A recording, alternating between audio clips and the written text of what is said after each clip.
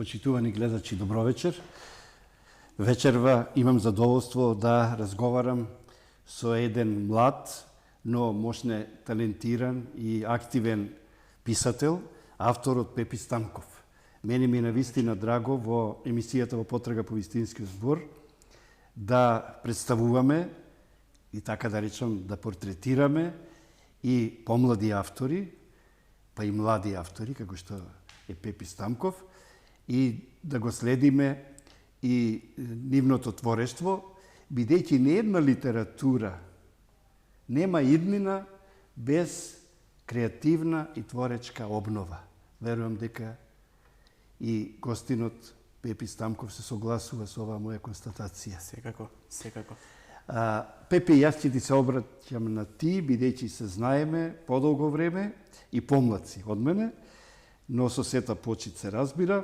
Мене ми е многу драго што вечерва ќе ја представиме твојата нова книга, твојата прва книга, Собрани остатоци од светот. Мене лично многу ми се допаѓа и насловот, но и самиот дизајн на книгата, а се разбира и твоите песни, творештвото во книгата. Па веднаш да прашам, како дојде до овој наслов Собрани остатоци од светот? Се мачеше ли долго со насловот? Најпрво да ви се заблагодарам што ја направивте всушност оваа емисија, зашто ставате белег не само за нас творците, ами и за Македонија. Так. Што се однесува до насловот, насловот некако спонтано дојде зашто сепак има една песна внатре која што е насловена Собрани остатоци од светот. Е навистина интимна песна сепак. Многу има голема врска со мојот живот, се разбира. Собрани остатоци од светот е всушност стихозбирка пишувана попат. Всушност во воз е пишувана. 99% е во воз пишувана. На релација Скопје-Гевгелија, Гевгелија-Скопје. Гевгелија-Скопје, Гевгелија секако. Некогаш во Велес, во Грацко, Неготино, Демиркапија и така натаму. Да, ама и самиот наслов е збирен на твојава книга. Тука има неколку елементи. Се јас малку анализирав. Прво велиш собрани, значи еден збир. Потоа велиш остатоци. Значи тие се некои остатоци, некои делови што остануваат од некоја поголема целина, некојаш реално, некојаш имагинарна. Ама тоа се собрани остатоци од светот. Што е светот? Светот е некогаш невидлив. Имагинација, фатум, визија. Ама светот е се околу нас и ние сме дел од светот. И навистина еден ваков сублимен, сеопфатен наслов, Собрани остатоци од светот, е всушност нашиот живот. Ние секојдневно оставаме остатоци, носиме остатоци од денешниот ден во утрешниот, па во следниот и следните денови. Значи, ние ги правиме тие остатоци, некогаш некој друг ни ги остава, некогаш ние на некој друг оставаме. Всушност, во собрани остатоци се и секојдневниот, като дневниот живот, но и традициите, на кои што постојано се надоврзуваме, и што сме ние без традицијата и без минатото? Ништо. Ние сме само дел од мозаикот. Ние сме само едно камче во тој мозаик. И од каде и да тргнеме, од било која точка А и во било која крајна точка X да стигнеме, во таа отсечка, во тој пат, оставаме и собираме само остатоци. Ова сакав да го кажам, бидејќи некои велат дека животот е само цртичката меѓу два датума. Таа отсечката, тоа е животот, а друго е само тие два датума. На тој пат се овие твои и наши остатоци. Ајде малку да ни кажеш повеќе за самата книга, за песните. Колку години, колку месеци ги создаваше за тој период каже како си ги создавал, дека повеќето се создавани во воз на релација Гевгелија Скопје и обратно. Но, како автор, како творец, си можел ти да гледаш и низ стаклото, не си морал да пишуваш. Нели? Ама си пишувал. Не си бил како многумина други што гледале во сопатниците или што гледале надвор од возот. Зошто и на што се должи таа потреба Пепи Стамков да пишува? Секако, секој почеток е интересен, така и овој.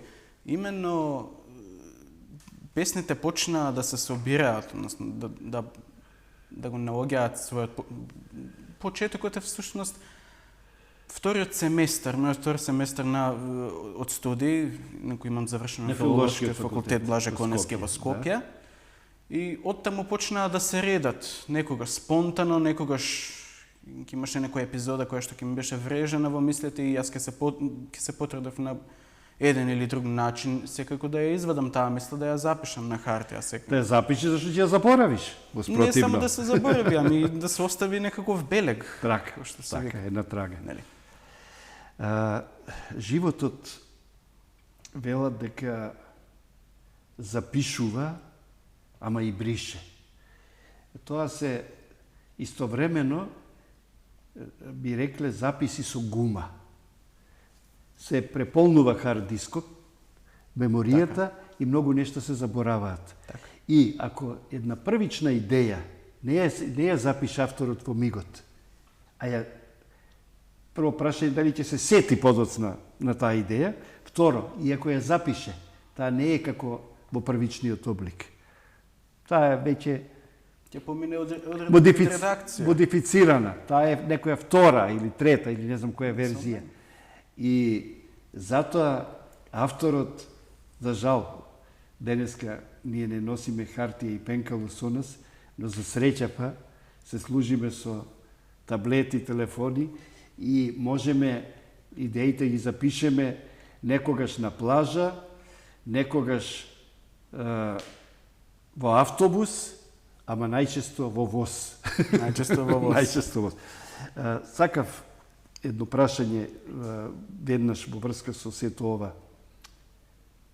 Колку долго чекаше да ја објавиш оваа книга? Откако ја имаше таа идеја, таа желба да објавиш книга? Колкав период помина? Нели има период на подготовка на книгата, но има период кога таа се финализира и после се чека и издавач и слично. Ова не те прашувам случајно, затоа што моето прашање до тебе е кога младиот автор треба да ја објави својата книга? Има ли правило, има ли рецепт? Еве ти како автор, кога посакуваше да ја објавиш, а кога ја објави книгата? Така.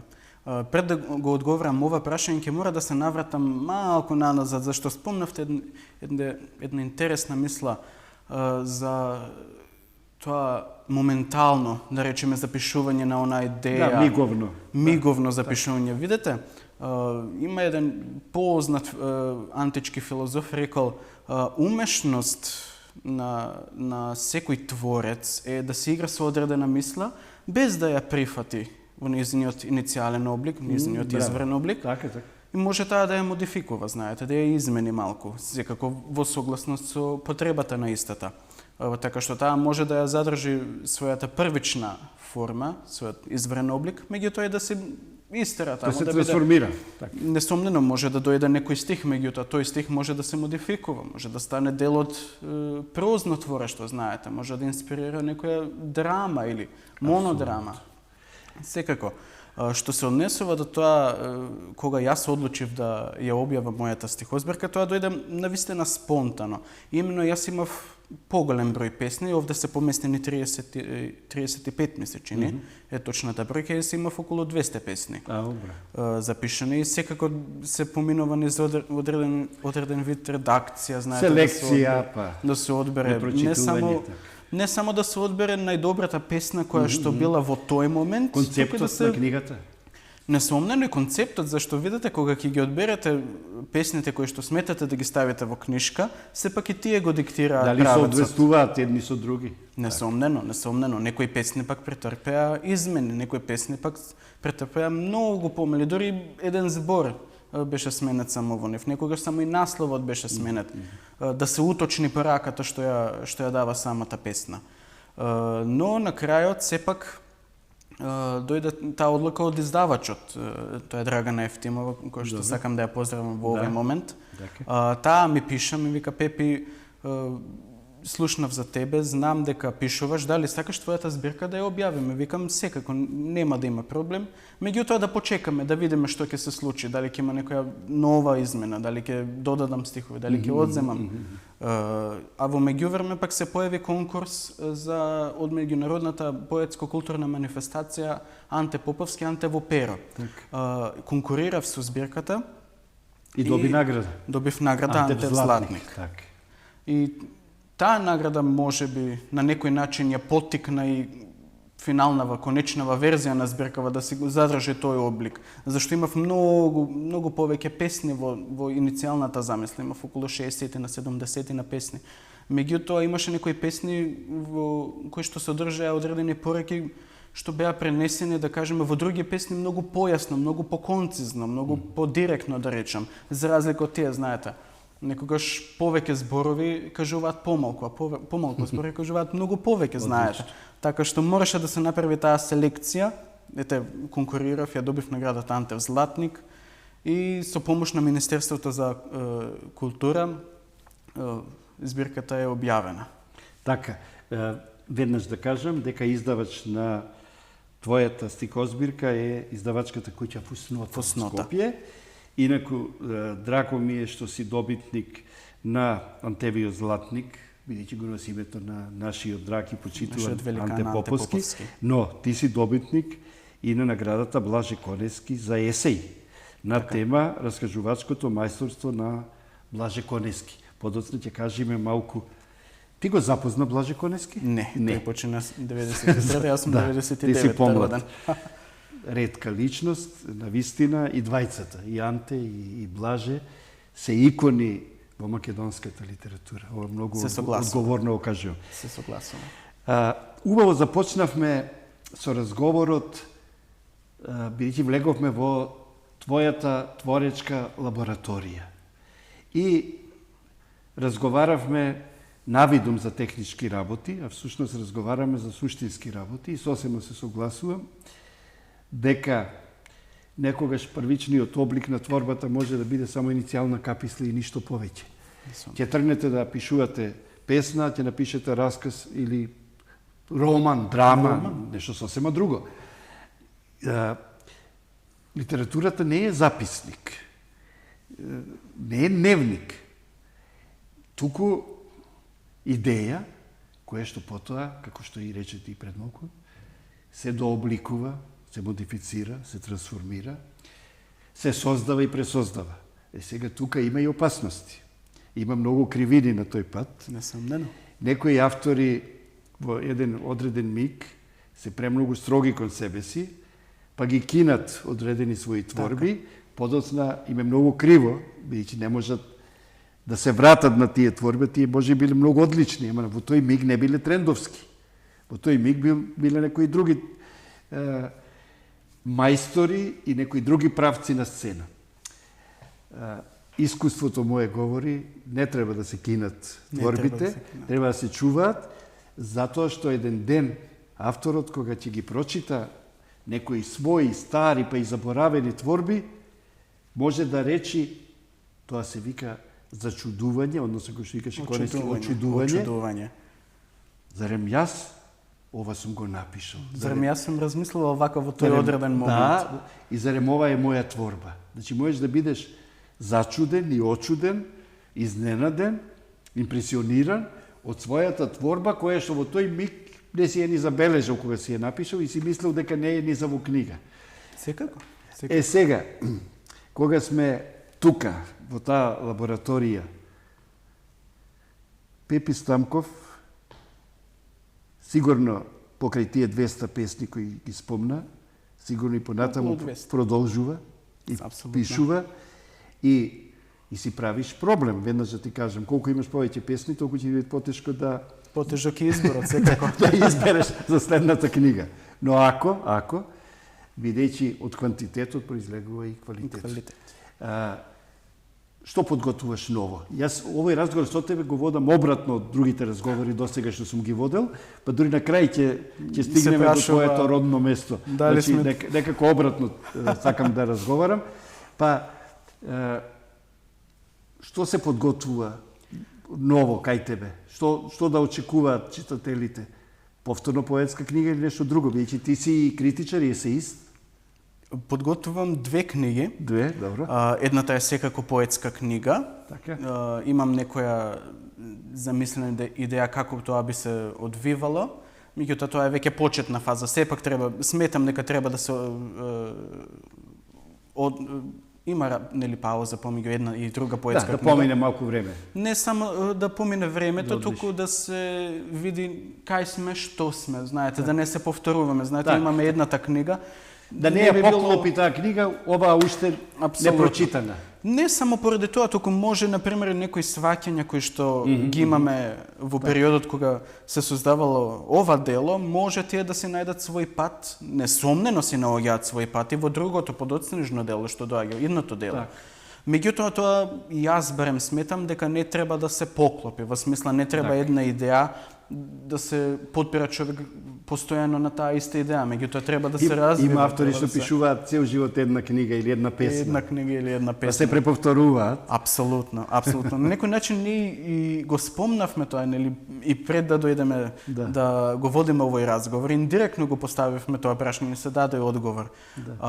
Кога сме веќе кај тоа, другава книга која што работам, нели, еднава е поетска, другата е со почитуваната професорка, моја драга професорка Вера Стојчевска-Антики. Таа не ми предаваше, заштото нели поголема разлика, нели, генерациите и секако, меѓутоа таа е, ако смеам да кажам, еден од ретките живи темелни познавачи на творештвото на Конески. Една мала дигресија, јас дипломирав на тема за Конески, темата се вика особености на арс поетика, есеј на Конески, значи се занимавав со есеите на Конески, со неговата есеистика. Меѓутоа, не можеме да зборуваме за есеистиката на Конески ако не го збомнеме зборот поезија. Така, зашто тој беше првенствено поет. Апсолутно, тој секако се сметаше за поет. Дури кажува, јас кога сум поет, јас сум поет, кога сум професор, зашто тој нели предаваше на филолошкиот факултет, кој сега го носи неговото име, Блаже Конески. Тоа негово сваќање да пишуваш есеј, меѓутоа не пишуваш само есеј, пишуваш многу повеќе, пишуваш поезија, меѓутоа ти ја оставаш, не само јас, но тука и другите ја оставаат својата душа таму, знаете, тоа не е само првичен опит, навидом изгледа како да е песна, меѓутоа тоа е многу поголемо нешто, затоа и неговите песни се нарекувани песни метафори, сепак живи песни. Јас правев разговор, интервју со почитуваниот и драг Блаже Конески и можам да кажам дека Конески беше ретка личност, вистински джин, несомнено. толку едноставен, толку непосреден и меѓу другото во разговорот, се сеќавам се уште, ми рече дека најмногу сака да го викаат професор. Вели, јас не сум и академик и председател на академијата, ама професор затоа што професор е учител. Јас сум даскал и јас сакам да ме памтат децата, студентите, учениците, како даскалот Блаже Конески. И уште нешто, јас сум, вели, јазикословец, јазичар, ама јас сум поет. И најмногу сакам да бидам поет. Така, ова што го говориш ти пред малку, сосема е на таа иста линија. Значи, таа книга ќе се однесува на поезијата? Не само на поезијата на Блаже Конески, ама ќе треба да биде представен Конески во едно светло, барем се трудиме да биде представен во едно светло во кое што не е познат. Не дека не е познат, ами тоа е така познат помеѓу пријатели, знаете. Сакаме да го видиме човечкото на некој начин во Конески, зашто многу често јас не знам, не познавам таква, сигурно има, например, дело во кое што се зборува за Конески како човек, знаете. Тука го имаме делото на професорката Вера Стојчевска Антик, мојот професор Пророк, тамо е Блаже Конески професор, меѓутоа е поет, меѓутоа е човек. Имаме текст, имаме од Трајко Стаматовски секако, тоа е првата генерација дипломирани македонисти, нели, на факултетот.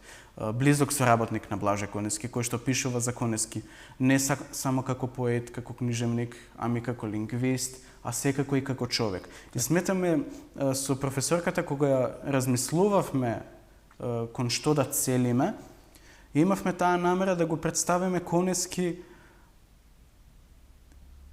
просто и строго, ако можам така да речам со негови зборови, од неговата антологиска визелка. Каже како да се роди проста и строга македонска песна. Така што верувам дека ќе успееме во таа работа, иако е, нели, работата е малку пообемна, зашто мора да се консултира голем број литература, зашто не еден човек пишувал за Конески, не еден ќе пишува за Конески. Конески е процес што трае, кажа Латанас Вангелов. И јас сум согласен со тоа, зашто имаме луѓе, епохи. Конески е човек историја. Човек историја, несомнено. Апсолутно. Се согласен. Драго ми е што ги подготвуваш овие две книги, а верувам дека подоцна ќе следат и други твои книги, бидејќи, како што кажав, ти си поет, ама ти си и критичар и есеист, ама мислам дека бидејќи долго имаш патувано и се уште патуваш со возот, дека нема да те одмине и прозата, бидејќи и расказот и романот, верувам дека ќе бидат твои литератури, жанри кои што ќе те предизвикаат и имаш и сега сигурно нешто напишано. Пред некој време баш размислував за тоа како сум имал некои идеи кои што така само сум помислил на нив и веднаш, некогаш намерно сум ги отфрлал. Зашто првенствено поезијата е моето, да кажам, гесло. Со поезијата многу повеќе се занимавам за разлика од прозата, не дека не следам проза, јас се трудам колку што можам да бидам во текст со актуелните објави, нели, на македонската книжевна сцена, нели. Секако се објавува проза многу повеќе од поезија. Меѓутоа, тоа мое следење предизвикува и одредени прозни обиди. Секако тие не се во некој облик кој што е подготвен за објавување. Меѓутоа, понатаму не можам да кажам со сигурност, меѓутоа, никогаш не вели никогаш. Сега се офаза на лични експерименти. Апсолутно. Да. Веднаш да кажам за гледачите и предгледачите, дека Пемпи Стамков е голем љубопитник, ги следи безмалку сите литературни настани и не само што ги следи, туку по секоја промоција во неговите раце тој ја држи таа нова промовирана книга. Ги купува, не ги добива тие книги секогаш без пари, знам дека ги купува, сака да ги има со автограм од авторот. Несомнено. И еден е од ретките, и јас се радувам што се уште има таа енергија да биде присутен на сите позначајни промоции, да биде во публиката кај сите позначајни македонски автори и да ги има нивните најнови книги. Тоа јас од страна го гледам, ама еве тоа е точно. Тоа е точно. Сега. Моето прашање сега е малку деликатно. Од кого учеше ти? Кои беа твои учители во литературата, во македонската литература? Знам дека е тешко, нема никој да ти се навреди, може да издвоиш затоа повеќе имиња. Кои си ти автори кои што ти вака интимно, лично си ги сакаш, се воодушевуваш на нивното творештво, многу ти значат, нивните творби зрачат повеќе од другите. Јас лично знам, ама тоа да го кажеш ти за гледачите, бидејќи јас со прилика знам што ќе ми одговориш. Така. Повели. За да го одговорам ова прашање, ќе морам да одиме многу назад, едно 24-23 години назад. Овде клучна улога, зашто отпосле доаѓаат сите поети, прозаисти и така натаму, клучна улога има мајка ми. Мајка ми е србинка, од Парекин, од Србија. Таа не знаеше македонска граматика, знаете, барем она која што се учи училишта на факултет и така натаму. Таа знае југословенската, но српско-хрватската граматика, што се вика, таа учела во Југославија. На моја 2,5 или 3 годишна возраст таа купи буквар. И се одлучи, си викам, како што таа ми кажуваше мене, синко, јас не знам македонска граматика, меѓутоа ќе го вложам сиот труд, колку што можам, побаво да те научам, да го научиш македонскиот јазик, несомнено и литературата да ја следиш. И во тој буквар, нели, колку што може едно 3-годишно дете, нели, да свати, сигурно не ме терала да ги пишувам буквите одеднаш. Меѓутоа ме учеше песни, ме учеше одредени мали раскази, мали текстови кои што беа застапени во тој буквар. И неколку пати ќе ме повтореше таа поетска творба една или повеќе и јас ќе ги запамтев. И ќе го пречекав татко ми од работа и како да сум на настап, да се пофалиш, некоја бина. Дека си научил нешто ново. Да, таа ќе ме представеше, ќе ми кажеше, а сега го повикуваме нели Пепи Стамков да се представи со одредена творба. И ти ќе се поклониш и ќе почнеш. Буквално поклони се и почни. И не било тоа случајно, да речем, зашто именно мојот прв јавен настап беше на детскиот фестивал Калинка. Сега веќе интернационален фестивал, музички фестивал Калинка. И јас таму ја пеев на позната песна за Калинката. Калинке, моме здраво лично, како тебе уваше, нема друго слично. Тоа е рефренот на песната. Меѓутоа, тој рефрен некако остана да дзуни во моите мисли. И таа моја љубопитност пред се, отпосле таа љубопитност нели води кон љубување кон стиховите, придонесе јас да се запишам на филолошкиот факултет Блаже Конески. Секако имав консултации со мојата професорка по македонски јазик и литература во гимназијата, професорката Тања Чукунцалиева. Таа ме насочи, ми кажа, вика, Пепи, јас го гледам твојот жар во очите, како зборуваш за делата, како зборуваш за јазикот, колку си ти посветен. Ти си бил фактички определен. На некој начин определен за оваа професија.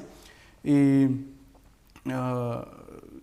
се запишав на филолошкиот факултет Блаже Конески во Скопје. И лично ги запознав многу тие автори. Авторите несомнено. Прв автор што го запознав беше Михаил Ренџов, за жал веќе покоен. Промоцијата, се сеќавам, бев на промоцијата на неговата книга Јас елегиите во издание на Макавеј 2017 година. Промоцијата се одржа во градската библиотека Браќа Миладиновци во спомен собота Тга за југ. И тоа беше мојот прв контакт не само со поет, ами тоа беше мојот прво представување на читање поезија, односно тоа ми беше еден курс во наводници, како всушност се чита поезија, како се доловува онаа душа во поезијата што се остава, зашто несомнено мнозина и критичари, поети, поетеси, автори знаат да кажат за Михаил Ренџов дека не е само македонскиот поет, ами македонскиот душопис.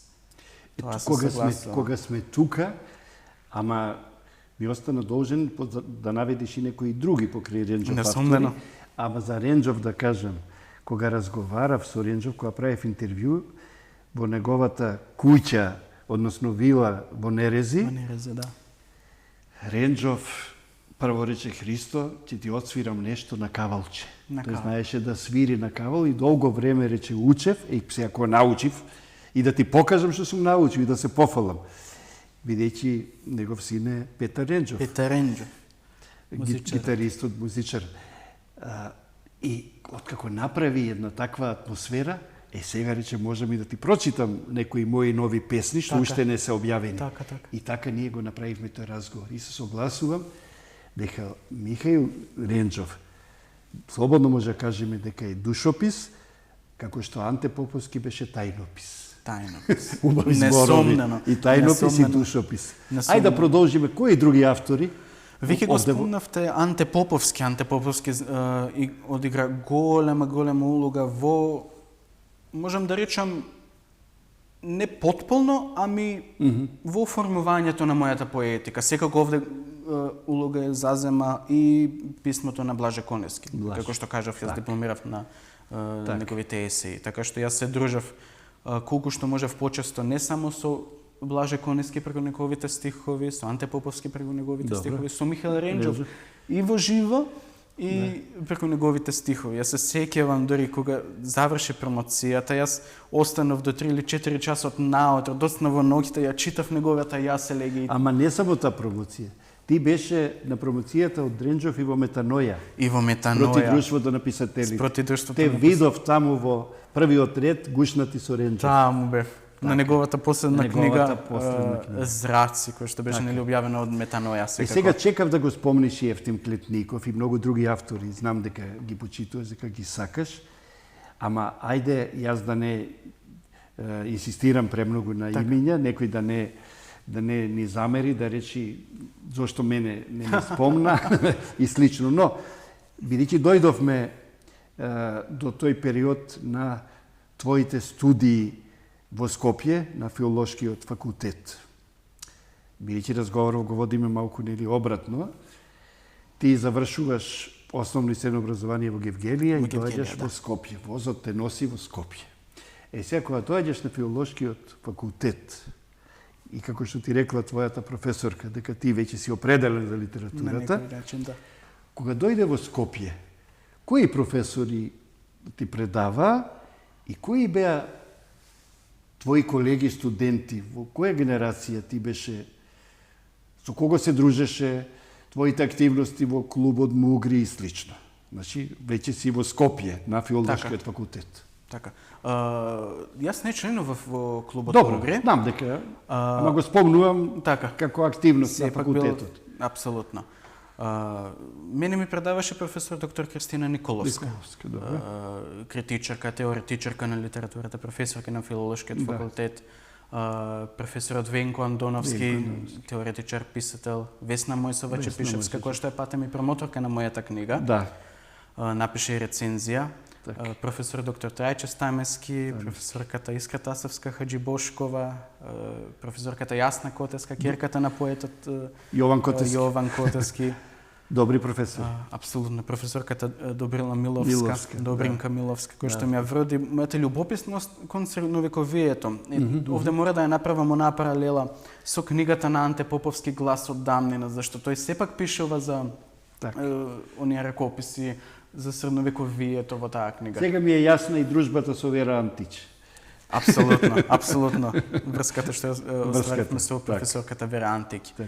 Тоа беа дел од професорката Ангелина Бановиќ Марковска, која што имаше толку многу одлична професорка. Доверба во мене. Еднаш ми кажа, имавме испитен труд и требаше да го презентирам и ми вика: Пепи, не се согласувам со твоите ставови, меѓутоа твојата самоувереност и начинот на кој што пишуваш ме поттикнуваа да се согласам. А тоа многу говори за тебе и не само како човек што знае да го убеди другиот човек, меѓутоа и во твоите ставови. Затоа ја заслужуваш оваа оценка, високата оценка. И сигурно оценка. И други колеги, професори и професорки.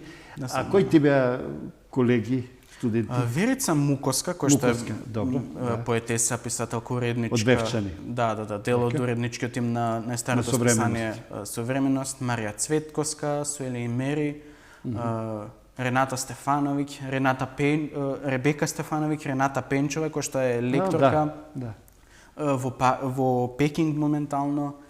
Со нив многу дружевме, со нив одевме, да не речем, речи се на секоја промоција во текот на студентските денови. Секако мене ми се допадна тие настани, односно тие промоции, така што јас останав доследен на тоа да ги посетувам сите промоции на кои што ќе смогнам, нели, да дојдам и едноставно остануваат убави и впечатоци. И сега да кажам нешто, како надополна, нели, на ова што е поврзано со твоето создавање, но и со твоето живење и работење овде во Скопје. Така. Ти во еден период беше технички секретар на Друштвото на писателите на Македонија. Потоа, исто така треба да се одбележи, работеше во издавачката куќа Литература. Во книжарницата Литература. Книжарницата, ама и таа е дел од Таа е издавачката куќа Литература. Поголемото издаваштво. Во издавачката куќа Антолог. Антолог, да. Сега живееш и работиш во Евгелија. Работам во Евгелија, меѓутоа живеам и овде и Ама, во Скопје ама и верувам во Евгелија. дека повторно како птица преселница ќе ни се вратиш. Ќе се вратам Ќе се сега. вратиш овде во Скопје. Ова подсетување не е случајно, бидејќи ти си еден од ретките млади и помлади автори кои што сериозно се занимаваат со македонската литература и колку што тебе ти требала македонската литература, толку сега ти требаш неизе, бидејќи денеска има се помалку пишувачи, се помалку критичари, се помалку есеисти. Пред да започнеме емисијава, ние малку зборувавме за тоа. Во мое време се пишуваа повеќе рецензии, повеќе критики, бидејќи тоа се плаќаше. Сега, бидејќи не се плаќа, луѓето едноставно велат, па не сум јас лут или глупав да се замерувам со некого и да пишувам текст без пари. Значи, тоа е еден дел од приказната, од поголемата слика, од проблемот. Но, еве, ја објави книгата. Ќе ти ја представи професорката, доктор Весна Мојсовачи-Пишевска, која што веднаш да кажам, многу ја почитам, многу ја ценам. За секоја книга, па и за твојата, и за мојата, воопшто за сите книги што излегуваат, треба да бидат прочитани. Доколку не се прочитани, подобро и да не били ни објавени. Тие се мртви книги. Но треба да се пишуваат и да се објавуваат и текстови. Имам чувство дека се помалку се пишуваат текстови и се помалку се објавуваат. Од една страна, како да немаме критичари и есеисти, а од друга страна, како да нема и каде тие да се објават. Ние велиме имаме списание. Имаме списание, ама тоа се два броеви годишно. Тоа е многу малку. Порано списанијата излегуваа месечно, па двомесечно. Неколку броја. Да, ама сега што се два броја? Тоа е ништо во годината. Значи, шестомесечно излегуваат. На 6 месеци еден број. Два пати во година. Тоа е еден од проблемите. Второ, ние, помладите автори, за да не забележат постарите автори, пишувавме рецензии, пишувавме критики и тогаш тие велеа кој е овој. Така. А сега младите автори многу лесно објавуваат книги и како да не треба ни да читаат, ни да пишуваат. Сакам малку ова состојба да ја прокоментираш и ти низ визирот, низ заголовот на еден млад автор кој еве што туку објави книга, доби награда, ама сигурно како автор сакаш да чуеш и мислења, да прочиташ критики, не рецензии само кај што ќе те фалат. Можеби некој ќе види нешто што ти не си го видел. Значи, толкувачки текстови. Несомнено. Како што викаше Петре Андреевски, критиката не е само фалење и кудење, туку толкување и разбирање. Толкување. Мора да кажам дека оваа забелешка е на место, зашто ново во време, еве така да го кажам, Да. сакам да се трудам да не го кажам ова, меѓутоа морам, време, не време, воопшто не го сакам овој израз, меѓутоа е навистина погоден за состојбата во која што се наоѓаме. Суштински. Напредокот на технологијата нам не овозможува многу лесна достапност не само на книги, ами и на податоци, за кој било човек, знаете, ги имаме тие онлайн профили на социјалните мрежи на Facebook, Instagram, X, односно поранешна Twitter и така натаму и така натаму. Меѓутоа, важно е како се користат, важно е тоа да не биде, како да речам, сув извор, да не биде сето тоа земено здраво за готово, ами треба да се протолкува тоа нешто, да се прочита, да се размисли. Така што во овој контекст, односно во контекстот на забелешката и на прашањето секако, јас сметам дека мнозина млади треба да ја да се согласат со онаа, не да се согласат, ами да ја прифатат онаа забелешка дека треба да се пишува не само пофално, односно да се куди, да се каже ова книга е добра, толкувачки, толкувачки треба. Истражувачки, тоа да биде подкрепено со користена литература, знаете, со теориска литература. Не можеме ние да пишуваме пофалби за некого или да го осудиме, еве, например, книгата на Пепи Стамков чини, односно книгата на Пепи Стамков не чини. Критиката не треба да биде зошто чини, зошто не чини. Ами зошто? Так. Зошто таа книга? Јас неколку пати сум бил и промотор на книги. Мојата промоторска реч била зошто токму оваа книга. Одлично. Многу сум присуствувал на толку многу промоции, меѓутоа за жал многу мал број од тие промоции одговориле токму на тоа прашање. Зошто токму оваа книга? Зошто токму книгата на Михаил Ренџов? Зошто книгата на Лилјана Пандева? Зошто книгата на Пепи Стамков? Треба да се напише критика. Еве ти наслов за твојата критичка книга која ти ја подготвиш и објавиш зошто. Зошто? Имено. Ова делува вака ептен интересно, одлично. Меѓутоа е сериозен ангажман. Да се согласам. Мене ми е драго што говориме сепак за нови творби, ново творештво, но интимно, лично се плашам дека ќе треба вештачка интелигенција да ни напише, да ги ставиме песните од Пепи Стамков или од Христо Петрески и вештачка интелигенција да ни направи анализа. Дотаму ќе дојдеме, а прашање каква ќе биде таа анализа? Механичка, сувопарна, неискрена, дали ќе биде тоа издржано, пофолна или... Значи, како што, нели, често знаеме да речеме, дајте да ги сватиме нештата посериозно, да се читаме меѓу себе, да се толкуваме и да се поддржуваме, да се подучуваме едни со други. Јас со задоволство прочитав твои творби од оваа книга и морам веднаш да кажам дека многу ми се допадна, бидејќи видов дека си истражувал, си работел над нив и си создал една книга која што како твоја прва објава, првата објава е како прва љубов. Секоја е следна е втора, трета. Значи, ова твоја прва објава е твоја прва и добра објава и најава. Натаму, сите сега ќе чекаат да видат дали Пепи Стамков ќе го потврди, ќе го докаже овој добар печаток или ќе го расипе.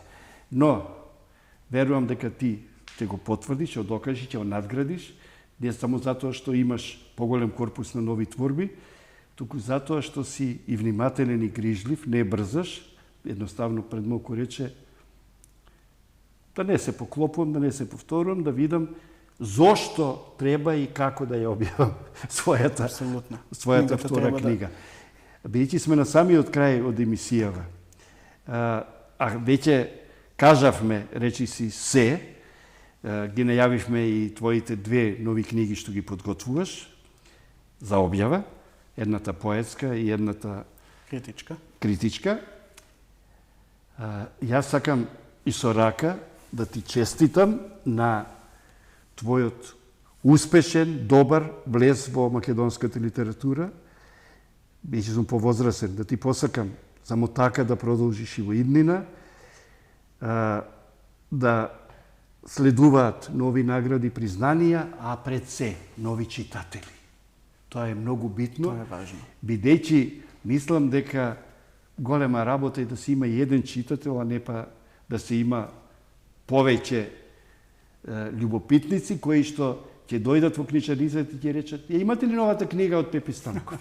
Еве тоа ти го посакувам. Ти посакувам нови читатели и колку што може помирен, поспокоен и лет и пловидба во и над немирното македонско книжевно море и небо. Благодарам за искрените желби. Така, благодарам и јас за овој разговор. И благодарам и вам.